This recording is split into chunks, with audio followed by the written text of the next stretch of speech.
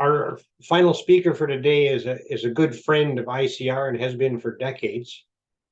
Years ago, we were excited to meet this energetic but soft-spoken young fellow from California who reported that he had experienced higher consciousness. He was very interested in the writings of Gopi Krishna, and he had his own vision for what he wanted to achieve in the years ahead. Since then, Michael Molina has more than demonstrated that he is a man of vision and action. The bread and butter for Michael and his spouse Linda and their two teenage boys comes from Michael's work as a technical program manager. But never resting, he and his family are also keen ham radio operators. And Michael is a very able hiker of mountains with a list of climbed peaks that most of us could only imagine. For many years, Michael has mustered the time and the energy to found and serve the Emerging Science Foundation, which is his brainchild. And the foundation strives to educate spiritual seekers about the evolution of consciousness, and at the same time endeavors to uncover scientific approaches which can validate the Kundalini process. A visit to the Emerging Science website is recommended. Just a wonderfully positive paradigm. Michael is a dynamic speaker, never content to rest with what is, but always looking forward to help make us and the world better. His talk undoubtedly will open our eyes to what changes are possible going forward in the 21st century in our own evolution. Michael, on behalf of everybody here, I welcome you and I hand the conference over to you, and I will let you know when time is running a little short. It's all yours. Thank you, Pat, for that wonderful intro. And I'm just reflecting back on, years ago when I visited Canada up there in Markdale and spoke to all of you in a small group. And it's amazing how things have changed. Now fast forward many years, and we're here talking on a Zoom meeting that will eventually end up on YouTube, where the entire world can experience all of the amazing talks that we've seen today. So it's just an incredible storyline that we've gone through. So let me go ahead and share my screen here.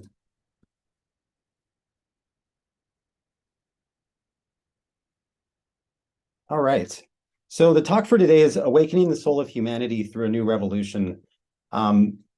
Mainly what I would like to talk about today is a strategy and an approach to karma yoga on a large scale and on a scientific scale. So many of the speakers that we heard from today are talking on a very practical sort of day-to-day level. This is going to sort of force us to elevate our thinking a little bit in terms of looking at what things might look like in the future from a scientific perspective. So just a brief, let me move my screen here. Quick intro. Above all things, I'm a husband and a father. That is always my number one priority as a family man. As you mentioned, I did have a powerful mystical experience at the age of 20, and that was after a fairly traumatic childhood. A lot of it just, maladjusted, self-induced sort of suffering. After 3 years of self-reform and meditation, beginning at the age of 17, had this mystical experience that has since informed and continues to guide my actions. As you mentioned, I'm also a business and technology leader. These days, I'm leading large and small technical teams, working on marketing and technology projects. And as you also mentioned, I'm a mountaineer hiker. So 100 plus unique mountain summits and counting is really a passion of mine. In fact, we just came down from the mountain yesterday where my wife, Linda, and our two boys went on a little hiking adventure. So lots of fun there. But the reason I'm bringing up my background is because this effort that we're embarking on is very difficult. It's fraught with risk and challenges, and it's going to be something that requires us all to come together to move things forward. So today we're going to explore this strategy to revolutionize our understanding of spirituality and start our species on a purposeful course towards higher consciousness. You can look at this entire presentation as sort of a map or a guide in terms of how we might approach the subject in years to come. So first of all, what is higher consciousness? We've heard a lot of references today. I use a very simple definition, which is when a state of consciousness, when consciousness is perceived as primary reality.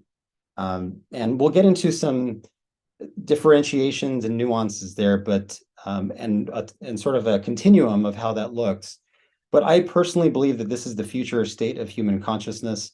It's embodied by the founders of all the great religions and is something that has occurred throughout history. The first major writing on the subject from a scientific perspective was in 1901 by Richard Buck in his book Cosmic Consciousness.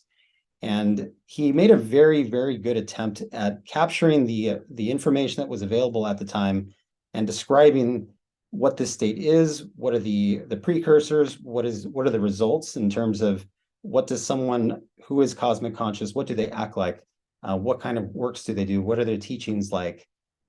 And we've also heard about Gopi Krishna today, and I just wanted to shout out Terry's book, which is an amazing book on the subject, and it goes over the whole story arc of Gopi Krishna's life and talks about the importance of his work.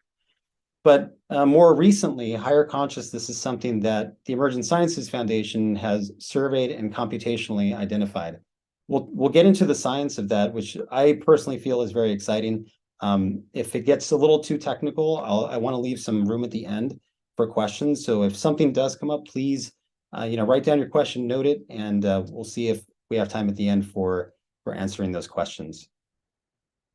All right, so what is higher consciousness? I'm going to use the analogy of a hiker, which could be considered just a normal human with normal human consciousness.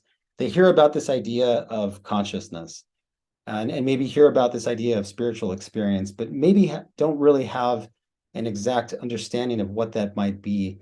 I think most of us, or all of us really, as in our normal human consciousness, we hear about this concept, but the actual experience of it subjectively as something that's always in front of us is sort of elusive. Up until we hit this signpost in the road, this trailhead marker that can be considered the awakened consciousness. Many times people will have an awakening, sometimes based on trauma, sometimes based on a spiritual practice, sometimes even drug-induced, but they will have this awakening occur where for the first time, consciousness is perceived. They may perceive God or the soul or an intelligence or something in their experience now that was not previously there. And that's an extremely important point on this continuum of conscious evolution. But the last piece of this is higher consciousness. And to experience higher consciousness as primary reality is something that has occurred very rarely throughout history. The accounts of someone experiencing this higher consciousness and then merging completely with it perennially from that moment until death is something that is very rare and is something that I believe represents the future state of human consciousness. There's an event that I like to call cosmic inversion, where in our normal human experience, there is this ephemeral idea of consciousness that is perceiving the universe. But in cosmic inversion, what essentially happens is that consciousness becomes all that there is. The universe then is enveloped inside of that consciousness, and now consciousness becomes primary reality, and the phenomenal universe that we see around us sort of shrinks into a secondary position. Still as perceptible as a normal human consciousness, perhaps more, but again, this cosmic consciousness, this higher consciousness becomes primary reality. And the reason I'm using this analogy of a hiker and a mountain is because under normal circumstances, we just kind of walk through our lives up until death. But as soon as we begin this journey up this mountain summit to higher consciousness, a lot of things change. Number one, just like a hike up a difficult mountain, it requires all of us to come together. It requires a unified goal. It requires all of us to rely on each other to basically get up this thing, overcome the challenges and difficulties, and then reach higher consciousness.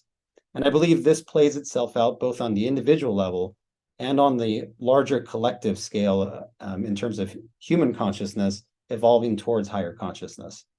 So how do we as individual hikers along this journey come together and combine our skills, our tools, our experience to actually awaken higher consciousness within humanity?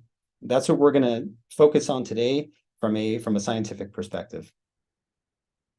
Here's a short quote from Gopi Krishna, who says that cosmic consciousness signifies an extended state of awareness in which a new area of perception opens within and consciousness becomes perceptive itself.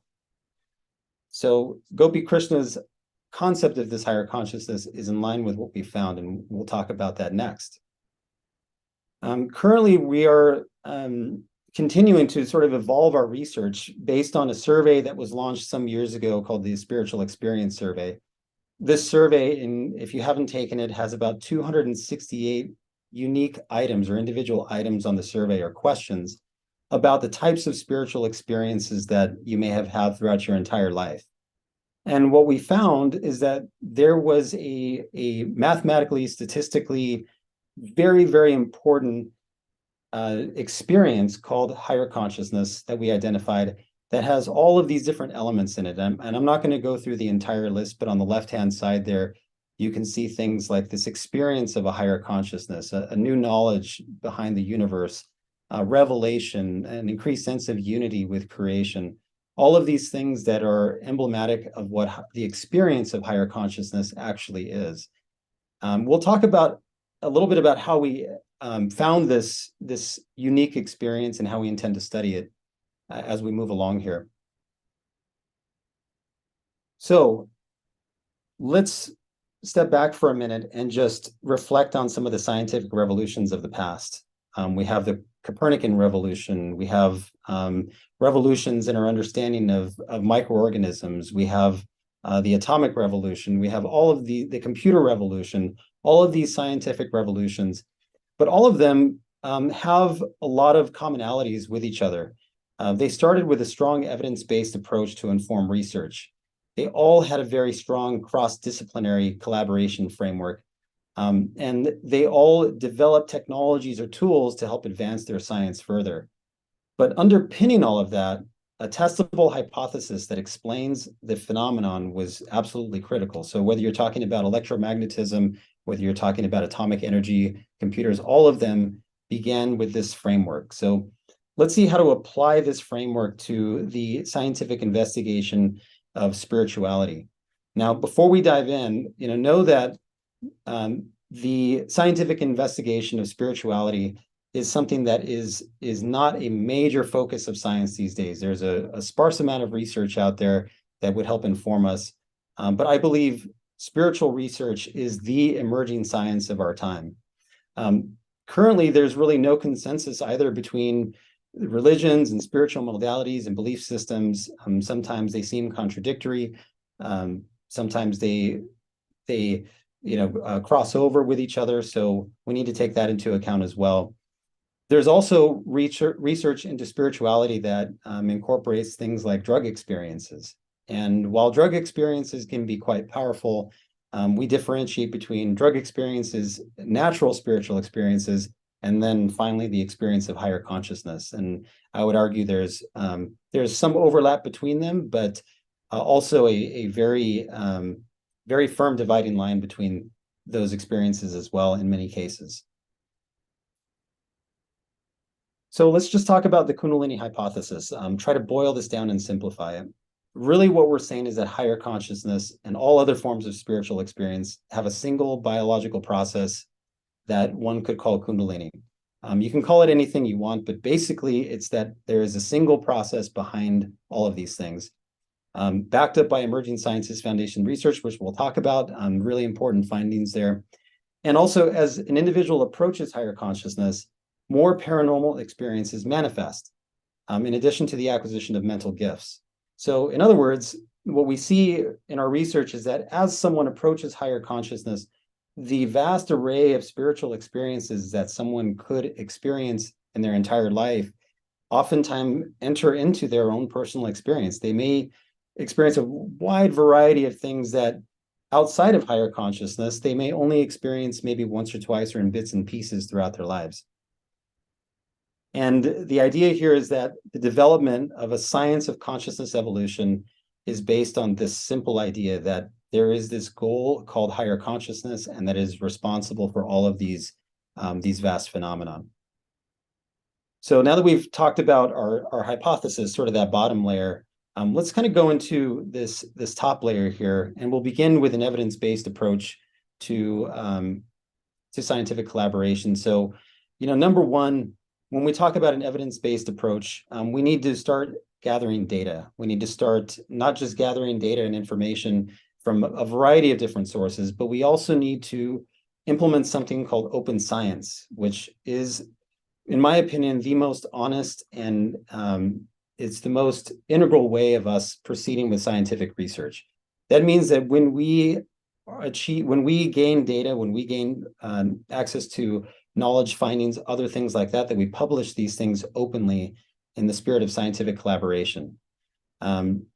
Part of this also, I just want to reinforce this point that subjective experiences can be analyzed and using multiple methods. So just because someone has a subjective experience does not mean that you can't fit it within a scientific framework, and we'll actually talk about that. A strong cross-disciplinary collaboration framework, also very important. Again, we need to gather information from literary sources, from biological data gathering, from surveys, really from experimental teams. Really everything needs to be a holistic effort, and all of this information needs to be shared. The last piece of this tooling to allow a large number of participants to contribute, this kind of goes back to a tool that was developed, that I developed a while back, Brilliano, which is an online tool primarily meant to gather data, survey data in this case, around mystical experience. That tool is undergoing a dramatic upgrade right now, or an overhaul, where we will be able to not just gather that information, but actually administer a large-scale experiment on the hypothesis that we talked about, the Kundalini hypothesis. I can almost hear some people saying, but you can't use science to understand spirituality. It's too ephemeral. It's too out there. I would argue that this is absolutely wrong. And I'm gonna in case that's your view, I'm here to disprove you about that. And I'm going to show you exactly how this might work. So to do that, I'm going to talk about a structure of a large-scale scientific experiment on higher consciousness. How do we actually take the building blocks of all of these different things and fit them all together to be successful in demonstrating to not just the scientific community, but to the world that higher consciousness is something worth researching and worth striving for? Here's a theoretical project team structure, and I've got 3 major departments and then one sort of overarching department in the middle. We're going to talk about psychometrics first, and I know there's some acronyms here that you may not understand. We'll dig into all of this, and I promise you by the end here, you'll have a very clear understanding of what all of these things mean and how all the pieces fit together. So diving into psychometrics. Psychometrics, very simply, is the science of measuring the mind using statistics and data analytics. There are a number of tools, including exploratory factor analysis, structural equation modeling, and other techniques to help understand the phenomenology of higher consciousness and Kundalini. So let's sort of dive in. I'm throwing some jargon out there, but let's give a more practical understanding of what these terms mean and how they could be applied to understanding this science in more detail. So on the left here is exploratory factor analysis, and let's just talk about that for a moment. Suppose I gave you a survey with a number of different items on them. You may have, like, let's say variable 1 was loving intention, variable number 2 might be empathy, variable number 3 might be peaceful demeanor or something like that. In analyzing these variables, what you might find is that they're all related, or they all kind of point back to some latent construct that someone might call, benevolency or something like that. And these variables being highly correlated would then be able to be predicted by this benevolence component that we have here, where the arrows are pointing sort of away from it to the variables, which means that I can potentially predict each one of these variables by understanding your level of benevolence, as an example. So this is a way of taking huge amounts of data, thousands, hundreds of thousands, even potentially millions of individual data points, and making complete sense out of them by creating a unique factor or latent construct. And here it's labeled as a component. The diagram to your right is something called structural equation modeling.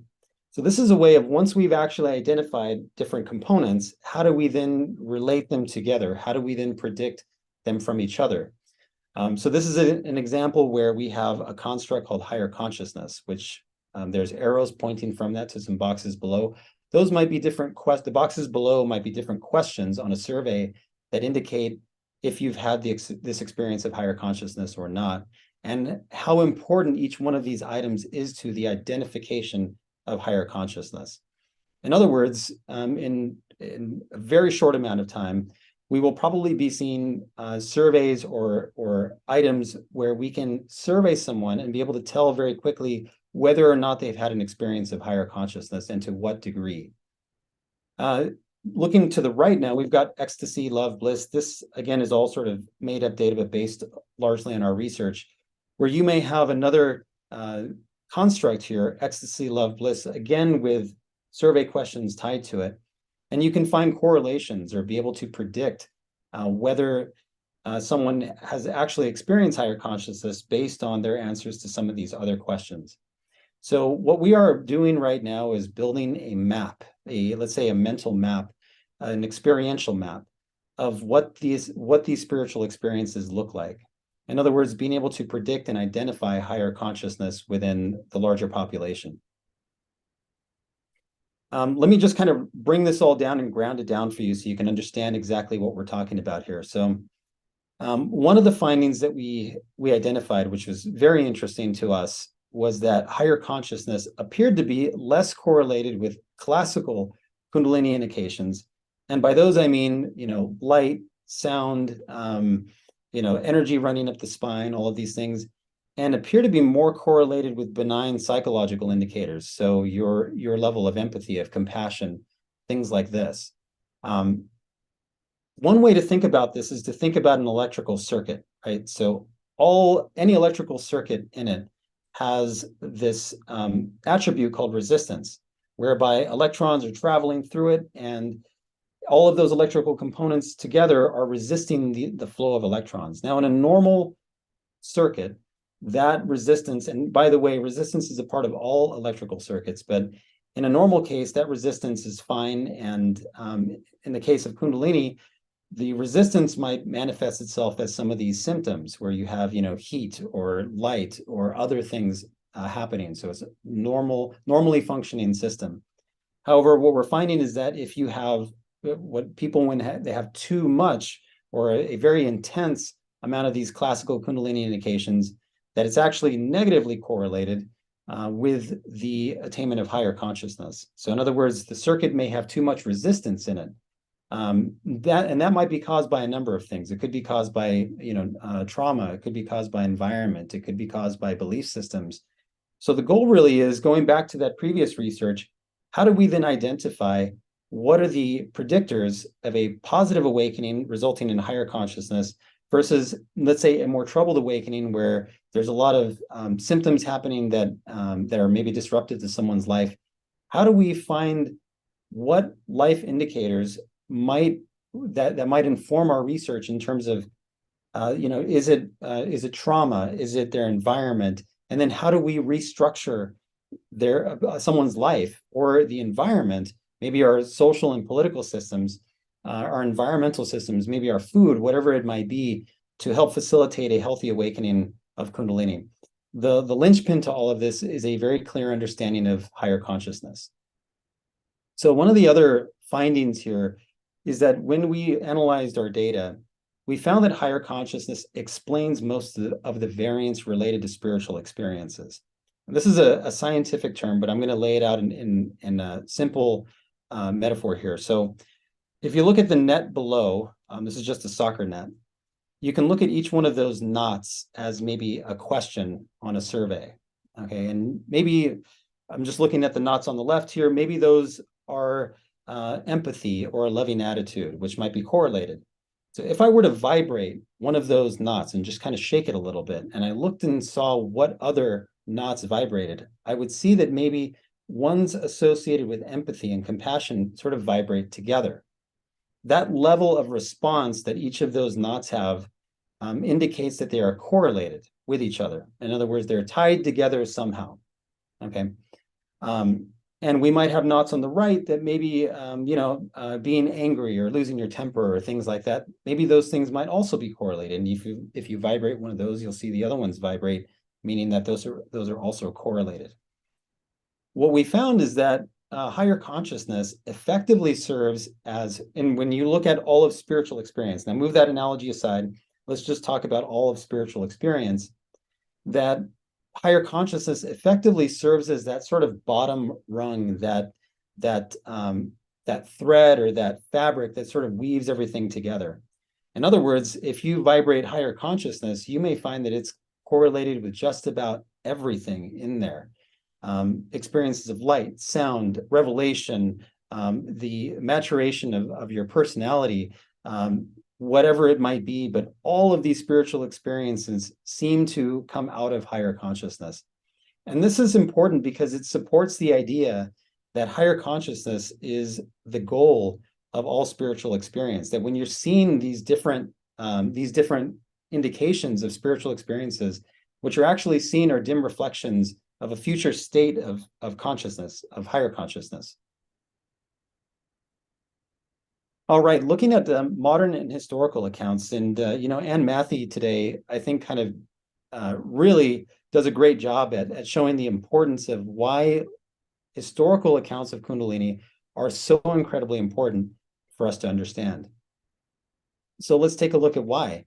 As Anne Matthey did today, looking at written accounts of Kundalini, ancient and modern, to understand the phenomenon in more detail, the catalysts, recommendations, etc.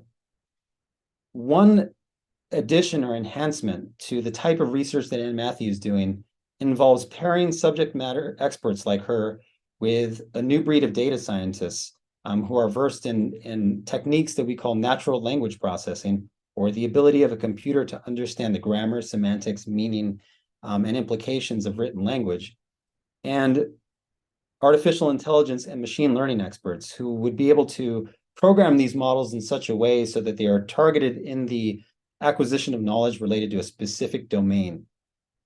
Let me give you a very simple example. In case you all are not aware of this, this is a tool called ChatGPT. It's freely available on the internet. You can go after this talk and create an account and try some of this stuff out.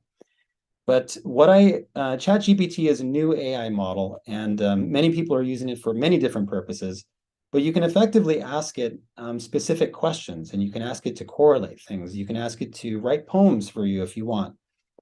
But one of the things that I did here in ChatGPT, and this took me about a minute and a half, is that I said, provide me all references of light and illumination from the ancient Hindu text Panchastavi. And I want you to list out a few of them for me. And in about 1.5 seconds, this AI engine was able to provide me a list of references, including the original Sanskrit and its closest approximation of the translation. So again, this is without any knowledge of statistics, without any knowledge of AI, anyone can go in here and do this. This just kind of goes to show the power that is currently available to scientists, to data scientists and researchers with regard to understanding these ancient texts. I could have asked ChatGPT to help me correlate these with other texts and to provide correlations and examples and all these things, depending on how I prompt it. But again, this was a very just quick, I just wanted to show that this is something that is accessible to really everybody, but also especially to researchers. And with regard to AI and regard to machine learning, with regard to natural language processing, this is a whole field where if a team of researchers were to focus on this and unite their skills with someone like Anne or other researchers, they would be able to likely uncover a huge amount of information related to the subject that would help inform our research. So now you hopefully understand a little bit of what we talk about when we talk about NLP and AI. I just wanted, before I dive into biology here, I wanted just to go back to that a little bit. So if you recall, we were talking about psychometrics, the ability to understand the mind, and this is largely understood by administering surveys and then understanding and analyzing those results. Well, if you combine NLP and AI and you apply that to personal accounts of awakening and personal accounts of spiritual experience, and cross-reference that with ancient accounts of the experience, you would be able to then to collect a body of knowledge on this subject that could either verify or disprove in some cases certain assumptions that are made about the experience. Again, this is all in an effort to combine skills here. And then also I just wanted to focus on this middle circle here, this experimental team. So ultimately, gathering all of this information, you would want to then synthesize this into specific recommendations that anyone could apply to their lives. So it could be things like increasing time in nature. It could be things like a specific spiritual practice, diet adjustments, whatever it might be. But there should be some overarching experimental team that is putting all of these ideas to the test, coming back with information and informing all of these teams and saying, this is what we're finding to be effective based on the information that has been provided to us. We already talked about open science, so I won't go into that any further, but let's now dive into the biology aspect of things. Based on everything that I've seen, there is a science out there called metabolomics that I believe is the most promising field to empirically validate all of these things that we're talking about. So let's just look to the right here, this diagram, and get a little bit of a better understanding of what metabolomics means. So all of us are familiar with DNA or genes that are in the heart of all of our cells. Those DNA then produce RNA, which is or part of it, which are basically sent out into the body and inform proteins in the body how to construct themselves. Those proteins then finally produce a whole bunch of different metabolites or metabolomes in the body that allow us to function day to day. So sugars, amino acids, all of these things that are essential to the functioning of life. And there are a ton of them. Metabolomics is something that you study through a simple blood sample. So you take a blood sample and scientists are then able to measure all of these various metabolomic biomarkers in the blood. What they are now finding is that through these biomarkers, they are able to identify specific psychiatric conditions or states of mind in individuals. So being able to predict things like schizophrenia or other mental conditions like that is something that metabolomics, believe it or not, is now pushing the envelope in terms of being able to predict those things. And I've just included a reference from a 2019 research paper that shows the promise of using metabolomics to determine psychiatric conditions. There is nothing, however, that prevents the science of metabolomics from crossing over to looking at spiritual experiences. So what we might find in the future is that perhaps higher consciousness and Kundalini awakening have metabolomic biomarkers associated with them. In other words, a blood test to determine if someone is actually going through a Kundalini awakening versus maybe a schizophrenic episode. Part of this, and I think other speakers talked about this as well, is that this tendency to pathologize spiritual experiences. Someone has a spiritual awakening, and if they go see someone in a psychiatric practice, they may be labeled as someone going through a psychotic episode or maybe suffering from schizophrenia. So the idea here is to establish the science, establish an understanding of higher consciousness as a basis to help us reverse that trend so that spiritual experience is now seen as something approaching higher consciousness, right? Lastly, the cerebrospinal fluid and research into that may also yield clues to the process. One of the Harvard researchers that we work with, Dr. Mauro Zapatera, has brought this idea up, and I think it also is very promising based on the evidence that we have so far. So what are our next steps as an organization, the Emergent Sciences Foundation? Right now, it's basically just to publish research on higher consciousness. We have been working and reworking our techniques and methods on this research for some time, and we want to make sure that this thing, when it comes out, is something that any researcher can take back to their lab survey as many people as they want, and then validate our conclusions. And to do that, we have to layer a number of techniques. I mentioned them earlier.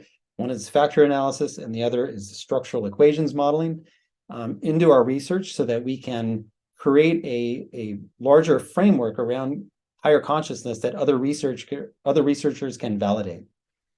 We want to also, in very short order, begin experimentation on different modalities to attain higher consciousness. We've been piloting a program with Dr. Mauro Zapatera, Awakening Awareness, that we've seen some very promising anecdotes from folks who are attending. And the idea is for us to inform spiritual teachers, spiritual guides with the information that we have so that they can integrate those into their own recommendations and then provide those to their students. And then we would ideally be able to study the results of that and be able to continue refining this technique. Lastly, begin call outs to researchers, spiritual teachers, and spiritual practitioners. There are a lot of things in the works right now, including a certification program, additional research, and as I mentioned, the creation of an online tool, Brilliano, that's going to be administering this project on a large scale. So why is all this necessary? Well, a lot of people believe that just by elevating their own consciousness, that's pretty much all the work that needs to be done. I would submit that that goes against the example set by the founder of every faith, some of whom died while trying to raise awareness about this higher state of consciousness and the conduct that each of us needs to employ to approach higher consciousness. Karma yoga, obviously is the theme of today. We've heard it from all different speakers as a very efficient route to higher consciousness. I believe adding to that, unifying with each other, coming together, connecting the dots with each other is also one of the things that's going to be absolutely imperative for us to move this science forward. And I just laid out sort of how to take some generally isolated bits and pieces and put it all together in one framework. The awakening process is not easy. This is not something that people should go through alone. This effort is going to need not just the support of individual spiritual communities, but the support of the entire species for all of us to climb the higher consciousness. If what I'm saying is true, if what Gopi Krishna proposed is true, and if higher consciousness is indeed the target of human evolution, then we have a very, very steep path to climb. And it's going to require all of us to submit everything that we have to this cause. And again, it doesn't need to be something that's disruptive. I think Terry called out an hour a day was what Gopi Krishna had prescribed. And that alone would, on a large scale, would transform everything. Lastly, our goal here is to create a heaven on earth where our lives and our own spiritual unfoldment comes into harmony with the hidden evolutionary laws governing our existence. Part of what we are proposing is that this ascent to higher consciousness is underpinned by a number of undiscovered laws. Part of our research is to understand what these laws actually are telling us. In other words, how do we need to structure our own personal lives, our economic systems, our political systems, our communities, our supply chains, our food production, everything. How do we harmonize all of these things together so that each one of us is maximizing our potential to achieve higher consciousness? So with all that being said, looking at next steps and going into the future, how do we now bring about this revolution? Rule number one, lack of funding is no excuse for lack of progress. Just because you don't have $1 million and a special center set up for this experiment is no excuse. I think what we should be doing, as a lot of the people who are talking here today are doing, is in the time that they have available, in whatever means possible, and just like as ICR has been doing for decades, is slowly moving this cause forward and looking at funding as a secondary. I submit that through these efforts, through a concerted and continuous effort towards this cause, that funding will come. But right now, we have to think back at the examples of history. Michael Faraday, the founder of electromagnetic theory, basically did it with no funding. Marie Curie, no funding. Thomas Edison and Nikola Tesla also started from scratch in their own efforts. So we look at all of these examples throughout history, but once that initial scientific discovery is made, at that point, then everything changes. In order to do that, we need to establish scientific credibility. So looking at the existing research, looking at the existing scientific methods and building off of that, incredibly important. And along with that is demonstrating the practical applications to our research. In other words, when we make a discovery, how does this impact all the different spheres of human thought and activity right now? So politics, economics, all the things that I mentioned before, how does it impact our daily lives on a very practical level? How should we structure our time, our free time in service for this cause? And lastly, I believe that once we've done 1, 2, and 3, gaining public interest and awareness of this is going to be relatively easy. In other words, once the scientific discovery is made, I think it will speak for itself. And then it's just a matter of calling that interest and focusing it towards further progress and further research and further developments in this area. So in case you've gone through this presentation and you're thinking, well, I'm not a scientist, I can't really contribute to this, I don't really have anything that I can do. The Emerging Sciences Foundation we are creating ways for anyone to really contribute here. So we've created a program called Awareness in Action that is based off of Mauro Zapatero's Awakening Awareness Program. And what this entails is that you go through the Awakening Awareness Program and you base some community activity, whatever it might be, whether it be in your home, whether it be outside in your workplace, whether it be in a special interest that you are involved with, and actioning on those principles that are taught in the Awakening Awareness Program and writing about your experience. You have the ability to win cash prizes. So there really is no excuse to not do this if you're just wondering, how is it that I can contribute? So we're looking for submissions here. And again, this is just to bring all of this knowledge to a very practical level and to solicit ideas from people in terms of how to action on this information, how to action on this knowledge.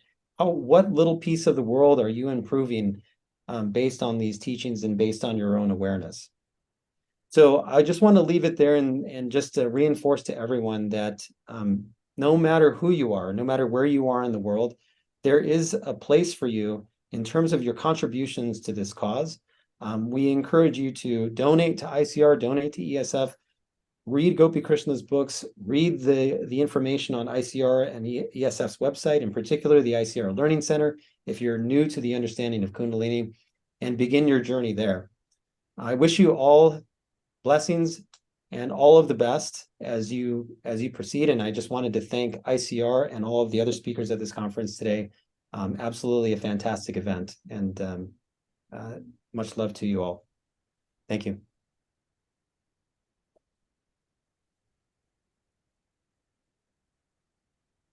Pat, you're on mute. Thank you, Michael. Sorry, Ted. It's always a pleasure to hear you speak. You certainly gave us some stuff to think about, and I probably have 6 questions myself about you, but I'll maybe I'll correspond by email on that because it's pretty technical stuff. Yeah, I've been in on some of Mauro Zapatero's sessions, and I wish I could attend more, but it was well worthwhile. Thank you very much for your talk. Ted, did you have any other questions? Yeah, I have one question. It's from Jeanette Weirman. And Michael, she was wondering about if you could speak a bit about the essential difference of drug-induced spiritual experiences and natural ones. In other words, non-drug. Yes. So in our research, what we've had to do, I think by way of necessity, is sort of compare the research that's out there on drug experiences. The main reason for that is because the methodologies used to study drug experiences, in terms of the statistics, the analysis, the math behind it, really do apply to the research of spiritual experiences. Generally, what we found is that drug experiences, DMT, ayahuasca, psilocybin, all of these things bear some similarity to spiritual experiences. And I don't want to downplay their role in like clinical medicine and in like healing traumas. I know that they're being used today to treat, soldiers who have gone through PTSD. What we're finding though is that those are kind of, if you go back to the hiking analogy, those are kind of like strapping your hiking boots on and maybe like getting out the door. Maybe other people just kind of do that naturally, but some people kind of need a little bit of a push to do that.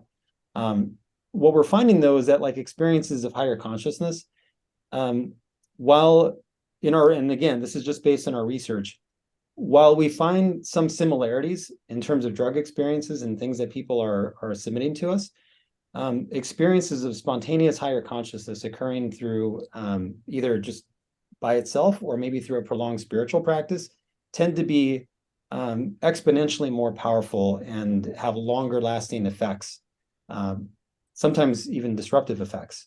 But we could go into kind of the details. I mean, we've looked at different item surveys, and you can look at what people are experiencing on drug states, and you compare that to our research, and there really is sort of a huge gulf in between them. But I do think that there is a place in terms of studying drug experiences and comparing that to spiritual experience and maybe helping fill in the gaps in terms of like what those experiences mean. And Jenna, if you have a follow-up question there, happy to answer that as well. I can see some more stuff down here. Let me see here. Nope, just a lot of thank yous. Yeah. Oh, I see. I'm just looking at the messages here. I see somebody asking for the address of the AI software. That is called ChatGPT, and it can be found at chat.openai.com. A very interesting tool. I highly recommend just playing around with it. It'll maybe open your eyes to the realm of the possible, the art of the possible with regard to research.